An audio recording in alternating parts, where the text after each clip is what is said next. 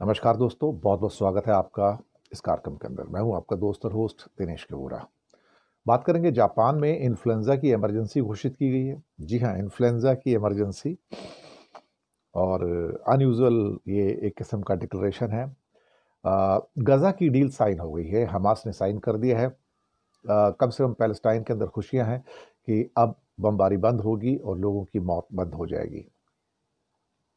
मुत्तकी जो कि अफगानिस्तान के फॉरेन मिनिस्टर हैं, वो भारत आ गए हैं। 7 दिन का दौरा है। वो इसके अलावा हैदराबाद भी जाएंगे, आगरा भी जाएंगे, और ये इनके प्रोग्राम्स हैं। और इसके अलावा विदेश मंत्री से बातचीत होगी, उनको एक फॉरेन मिनिस्टर का जो प्रोटोकॉल होना चाहिए वो दिया जा रहा है। चाइना ने अपनी जो एक किस्म से कहा जाए तो कंट्रोल्स जो हैं बहुत बढ़ा दिए हैं, खासतौर से रेयर अर्थ के कंट्रोल्स और सेमीकंडक्टर के, और वो भी डिफेंस के लिए। और बाकी दूसरे स्पेस इंडस्ट्री या कई और इंडस्ट्रीज हैं, इससे पूरी दुनिया की जो इंडस्ट्रीज हैं उस क्षेत्र से रिलेटेड उसका लॉस होगा। तो स्वागत है आपका। सबसे पहले हम इसी के ऊपर बात करेंगे। चाइना के रेयर अर्थ कंट्रोल और सेमीकंडक्टर जो हाई लेवल के हैं उस पर निगरानी बढ़ा दी गई है, कंट्रोल्स बढ़ा दिए गए हैं। अचानक से एक नया डिसीजन आता है और उन्होंने अपने जो कंट्रोल्स थे और टाइट कर दिए हैं इस समय। और ख़ास तौर से उनको पता है कि आज की डेट में जो स्पेस इंडस्ट्री है और जो डिफेंस इंडस्ट्री है वो रेयर अर्थ पे डिपेंड करती है। 60% ग्लोबल माइन उनके पास है, 90% प्रोसेस एंड मैग्नेट जो आउटपुट है वो उनके पास है। तो अब इलेक्ट्रिक व्हीकल्स हो या एयरक्राफ्ट इंजन हो या मिलिट्री रडार्स हों या मिलिट्री डेफ और टेक्नोलॉजी हो या स्पेस टेक्नोलॉजी हो, रेयर अर्थ के बिना काम नहीं चलता है। चाइना ने इसके ऊपर अपनी ढिबरी और टाइट कर दी है।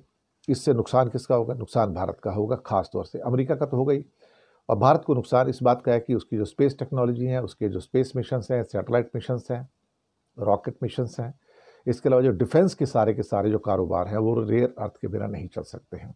और इसके अलावा हैरानी करने वाली बात यह है कि जो एडवांस सेमीकंडक्टर्स हैं जिनका इस्तेमाल जो है डिफेंस इंडस्ट्री कर सकती हैं, उनको केस बाय केस अब एक्सपोर्ट दिया जाएगा। इसका मतलब उन्होंने फैसला कर लिया कि जो उनके पास जो मोनोपोली है, जो उनका होल्ड है टेक्नोलॉजी के ऊपर, अब वो उसका फ़ायदा उठा रहे हैं। और कहीं ना कहीं भारत को जो है अच्छी खासी चोट लगेगी इससे, क्योंकि हमने जो अपनी ओवर डिपेंडेंस चाइना के ऊपर रखी है, अब उसका खामियाजा भी हम भुगतने को तैयार हो जाए। दूसरी खबर यह है कि जापान ने एक पूरी नेशनल इमरजेंसी घोषित की गई है और इन्फ्लुएंजा के मामलों को बढ़ते हुए कंट्री में इमरजेंसी, स्कूल कॉलेजेस को बंद कर दिया गया है, बॉर्डर्स के ऊपर चौकसी बढ़ाई गई है। बताया जा रहा है कि सब लोग मास्क में आ गए हैं कि ये देशव्यापी महामारी घोषित की है। जी हाँ, देशव्यापी। और ये जो इन्फ्लुएंजा था, इसके कारण हॉस्पिटल्स के वार्ड्स भर गए हैं। और जापान में ऐसे हालात करीब करीब हर साल बन जाते हैं जब मौसम बदलता है, और इस बार पिछले साल की अपेक्षा ये थोड़ा सा जल्दी आया है। ये जो इन्फ्लुएंजा वायरस है ये बहुत अनप्रेसिडेंटेड स्पीड से आगे को बढ़ता भी है, लोगों को इम्पैक्ट करता है।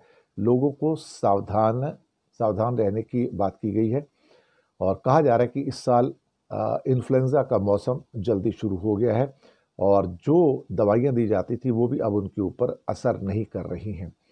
तो अब मुझे लगता है कि जापान इतनी जल्दी फ्लू का प्रकोप क्यों झेल रहा है, तो कई इस मामले में जो कारण हो सकते हैं। हो सकता है कि जो लोग आते हैं बाहर से वो अपने साथ इस किस्म की कोई बीमारी लाते हैं। अभी करीब करीब 4,000 से ज़्यादा लोगों का इलाज किया गया है। There is 957% of increase actually. तो ये अपने आप में एक अनप्रेसिडेंटेड है। तो स्कूल्स कॉलेजेस बंद किए गए हैं फिलहाल अभी की कंडीशन में। इसके बाद आते हैं मेन खबर, जो कि पूरी दुनिया के लिए एक अच्छी राहत की खबर है कि गाजा में युद्ध रुक गया है। हॉस्टेजेस जो हैं वो अब रिलीज कर दिए जाएंगे। साथ में पीस प्लान पर हमास और इजराइल दोनों ने सिग्नेचर कर दिए हैं, और अब इसके बाद इजराइल की सेना पीछे हटेगी, और जो खूनी संघर्ष था जिसमें 67,000 लोग मारे जा चुके हैं, अब वो बंद हो गया है। ट्रंप ने ट्रुथ सोशल पर लिखा है कि मुझे ऐलान करते हुए बहुत गर्व हो रहा है कि इजराइल और हमास दोनों ने हमारे पीस प्लान के पहले स्टेज के ऊपर साइन कर दिए हैं। इसका मतलब हम सभी जो बंधक हैं, हॉस्टेजेस, सबको रिहा किया जाएगा और इजराइल अपने सैनिकों को एक लेवल तक पीछे ले आएगा और सबके साथ एक अनबाइस्ड बिहेवियर किया जाएगा।